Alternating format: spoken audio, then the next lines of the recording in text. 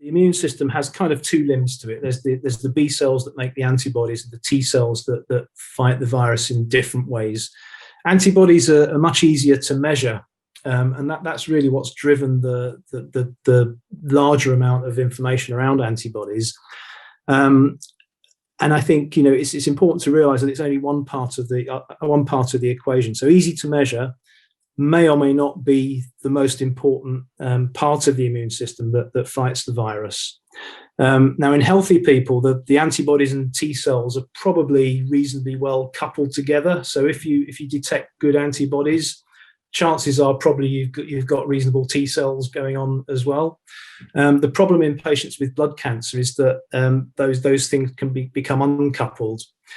So, for example, if it turns out that T cells are more important than antibodies, and you have a good antibody response, you might not be that well protected, but potentially think you are. So that could be a misleading situation to be in.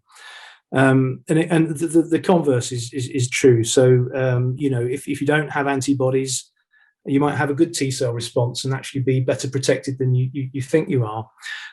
So I think it's really important to bear that in mind. So at the moment, we just don't know what it means to have a good antibody response. We don't know how that translates into clinical protection. We don't know that properly overall in healthy people, and we know even less about that in people with blood cancers, and that's really important to bear in mind and understand, and of course, justifies why the ongoing research is so important. So we can start to unpick some of these issues.